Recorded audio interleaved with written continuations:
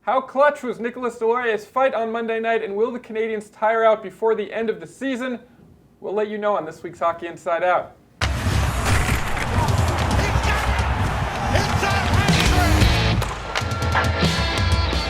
Welcome to this week's show. My name is Adam Susser. I think you know the panel by now. We have Mr. Chris Nyland, CBC Daybreak's Jessica Resnick, and Stu Cowan from the Montreal Gazette. One of the characteristics of this year's Montreal Canadiens is their impressive speed. They've often been able to outmaneuver their opponents with a level of quickness and intensity that few teams are able to match. Come February and March, will the Canadiens be able to maintain their fast-paced play, or do you see them slowing down towards the end of the season? I think they will be able to maintain it. The key is going to be the fourth line. So if they can roll four lines, that's a key in the NHL today, especially as you get into the later games in the season. And that fourth line has done a good job. I mean, they're not scoring a lot, but with Agostino, Chaput, and Deslauriers, they're keeping the puck in the other team's end. Most of the time they're on the ice, and that's basically what you want out of a fourth line, is try and wear down the other team's defense and make the change and come back on. So I think they can. I think the way the lines are spread out and they're not counting on one line, and if that fourth line can chip in the way they have and keep playing the way they have been, I don't think they're going to, I mean, all teams wear down a bit, but I think they're going to be okay. And I think right now a lot of things is clicking, that they're getting good goaltending from both goaltenders. And it has been a pretty busy stretch for the Canadiens, especially this week with 4 games and 6 nights, that they've been able to find a way to keep up their intensity level. And I think they're not really showing any signs as to wearing down a little bit. As Stu said, they're going to go through a little bit of a slump, but I can't see them really falling off a cliff anytime soon. Yeah, I can't either. I think they'll keep the pace up. I think where they'll have a difficult time is maybe when things get more tight down the stretch here, things get more physical. If they're not scoring off the rush or off quick cycles, then they're going to struggle. And their power play, it's non-existent. Yeah, Weber scored last night, but I think when things get tight, they're going to have a tougher time. The schedule is actually going to help them a bit too, because they have the All-Star break and their bye week sort of back to back, so they're going to have a nice break off that'll let them, regain their lives. And I think just how close all the teams are in the standings in the East must be extra motivation, that it's like, come on, if we pick up a few more points, we're really able to catch some teams in the standings. So it's not like they really have to work hard to be in that playoff picture just because everyone's so tight, that like they could move up and down pretty easily. Well, the thing I really like about this team is they don't give up. Like, they fight. There's a real fight in this team. A real, you look at the game in Boston, they're up, then they give up the tying goal right at the end, and you figure, maybe it's, and then they score right away in overtime. They come out against the Panthers. They're really flat in the first period, understandable playing the night before, but they come out the second period. I mean, they were outshot by a lot, but they have a fight in them that we haven't seen in the Canadiens in a while. Different attitude, right? It was attitude last year. That's right. And it was. But a whole different attitude in this team. It's awesome to see. Yeah, and they also seem to be a team that keeps defying expectations, don't you find? Yeah, and the thing is, the guys, Bergevin talked about it, the guys that he brought in, Tatar, Domi, they work their butts off. I mean, they're guys that work, and Domi's gritty, and Tatar's gritty also. He's hard on puck battles. So as you said, they're a more fun team to watch. And you don't give, last year if the Habs were down 3-1 in the second period, you basically turn off the TV and watch something else, the game's over. This year they fight back and they fight back and they fight back. Every team has bad games. They're going to have some stinkers now and again, but they don't give up. Something special going on with them. It's good. And I feel like that work ethic is one of their strongest points, because even though the team is relatively young, those players are maybe a little bit older, and it has a ripple effect on the locker. Well, their best players, Domi, Gallagher, Weber, they're all hard. Byron, they're all hard workers. And everybody dumps on Jonathan Drouin. Jonathan Drouin is who Jonathan Drouin is, but he's been skating harder since Julien mixed up the lines a little bit. And I think it's hard when you see everybody else working so hard. I think it makes you look in the mirror like you want for your teammates. So as I said, they're a hard-working team. They're a quick team, and if they keep getting the goaltending they're getting, they're going to get in the playoffs. How many times did you say hard? I'm not going to touch that one. Jesperi Kotkaniemi scored his 6th goal in Tuesday night's 5-1 win over Florida. This is a player who is 18 years old. He still seems to be getting better every single game. Have the Canadiens finally found their number one center of the future? Yeah, for sure. It's going to take some time still, but that goal was mint. He was unbelievable. This kid he's so fun to watch. And, listen, he's going to have his growing pains, and he has this year at times. But, boy, he just comes back to the rink, puts his nose to the grindstone, gets going. He tries to make plays. He screws up a play, comes right back. It doesn't bother him. Like, he doesn't dwell on some of the negative things that happen. He has such a great attitude. It's refreshing. And for a kid to be here at 18 years old and do what he's doing, the future certainly looks bright for himself and the Montreal Canadiens. And I like that you brought up that point that he doesn't dwell on things too much. And if you were to compare him and Alex Galchenyuk, the two ones that they had third overall, that Alex Galchenyuk really seemed to get down on himself, which is not something that's good for a young player. That Jesperi Kotkaniemi knows that he makes some mistakes, and you're just going to figure out next time when you're in a situation like that not to do that again. And I just love that he seems to really be enjoying himself right now and showing personality, which is something that you don't get that often from a young NHL player. Yeah, and honestly, in the locker room, he's got to be like, it's like having a pet hamster. Yes. or something. The guys love having him around. Yeah. And they joke with him, and they're trying to help him learn his way in the NHL. It's awesome. He's like their little brother. He really is when you're around that. And he's a funny kid. I mean, he's got a great sense of humor, and he's still learning English. So as his English gets better, he's going to become even funnier. But we said on the show so many times last year, especially Chris, you talking about how Alex Galchenyuk just couldn't learn how to play in his own end. This kid Kotkaniemi, from the get-go, he hardly ever makes a mistake. Like, you watch him, I can't remember, maybe 3-4 times all season, I've gone, when he screwed up in his own end. And as you said, if he does, he just busts his butt to get the puck back. And he's such a smart hockey player, whether it's because his dad was a coach, hockey sense, hockey IQ. He thinks the game so well. He positions himself so well. He intercepts so many passes with that long stick he uses. He's been a real pleasant surprise. Hockey and he's shown, sense, like Pierre Maguire. He's shown that he belongs to be in the NHL. And he's just going to fill out. Right now, he's a little bit more on the skinny side, but he's 18 years old. So just imagine in a few years when he adds some more muscle, he's going to be one hell of a player. And he will. When you look at his frame, he's got a wide shoulders. He's going to be a 200-pound kid when he fills out. He's got a bit of a better attitude than Max Pacioretty. You know what I mean? Attitude. Key word. Max Domi finally ended his 17-game scoring drought on Tuesday. Why has his scoring pace dropped off so much since the beginning of the season? Well, as my friend and colleague Pat Hickey likes to say, if you score 30 goals in the NHL, that means there's at least 52 games that you didn't score. So players are going to go through slumps. This was a longer one. And you got to remember, this guy only scored 9 goals each of the last 2 seasons. He got off to a hot start here. He needs to shoot the puck more. I mean, he's still passing. There was a play against the Panthers where he was breaking. He had a great chance to shoot, and he passed it to Lakeinen in an almost impossible angle. And Lakinen's not a finisher. The worst guy to give it to. So, on his backhand. Yeah, on his backhand. So he's got to shoot the puck more. I think he's got to get back to doing that. But I mean, all players are going to go through slumps. He went through a slump, and he scored the goal. And he's got 2, the one that was called back for goalie interference. So I think I'd get him going again. I don't think it was really anything to be that concerned about because he exceeded everyone's expectations by coming out with such a hot start, and then he kind of came back to earth a little bit, and then maybe that was weighing on him. He was going a few games, and people are saying, why is Max Domi not scoring? But you could just feel that it was going to come. They mixed up the line. Sometimes fresh energy, fresh players come on, and that sparks something, and you just kind of need that one spark. Now we'll see how well he's able to follow this up. He was missing the net a lot, too. There was a number of things. I think, who you're playing with counts in that, how you get in the puck, what situations.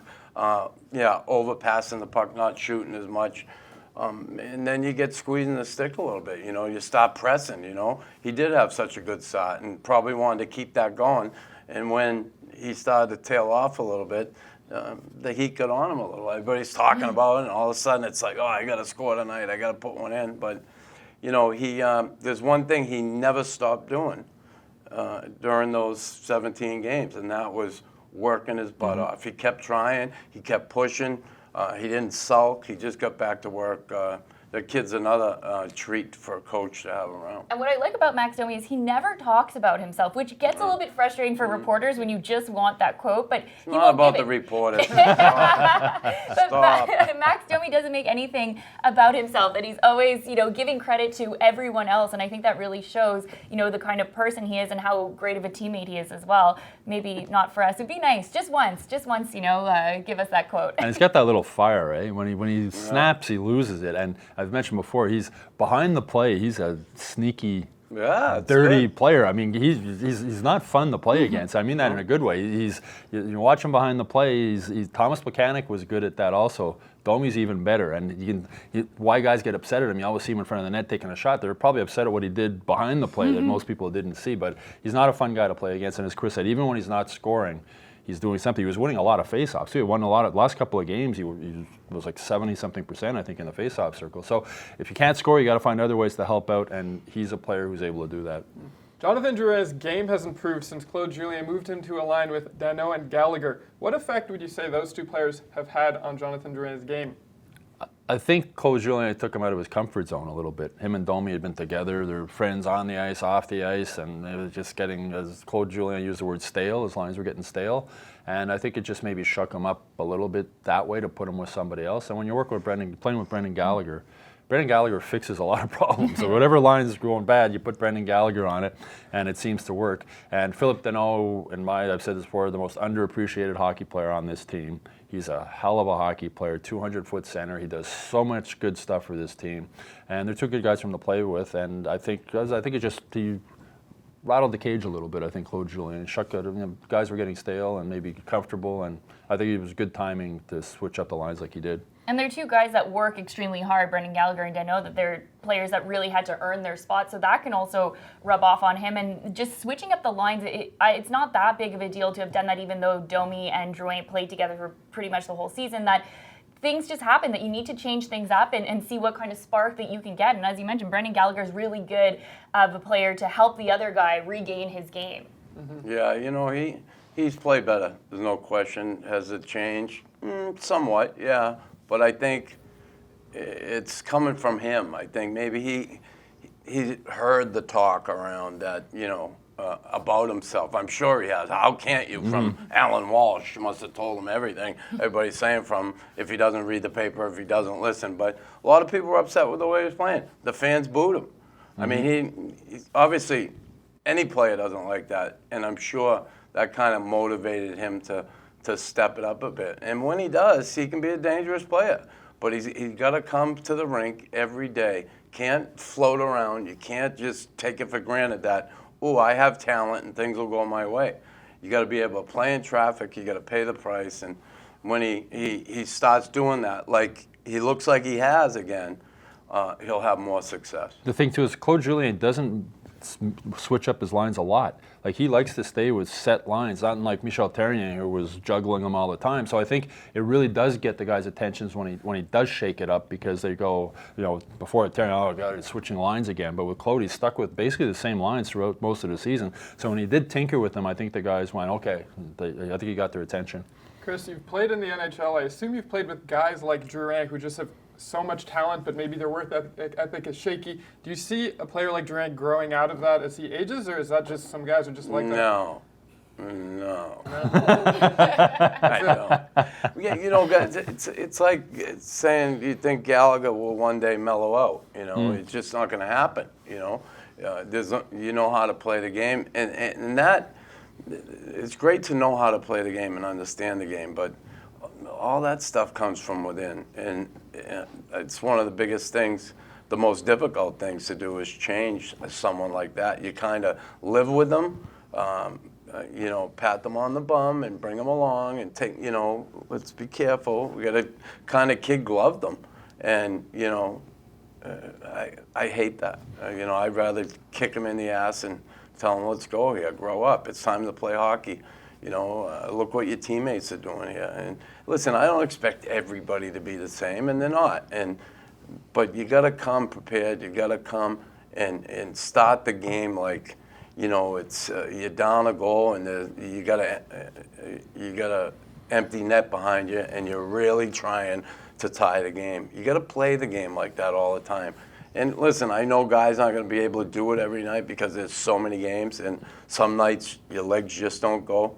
But you can't afford to go out there and be lackluster and half-assed, because it's going to show, and you're going to stick out on this team like a sore thumb. And that's what happened to him there when he was going through that stretch. He was sticking out like a sore thumb. We mentioned Max Domi before, how when he's not scoring, he's still doing stuff. And I think that's what Drouin needs to, when he's not scoring, whether it's throw a hit or block a shot or just work hard. And as you said, when you're not working on this team, you do stand out like a sore thumb.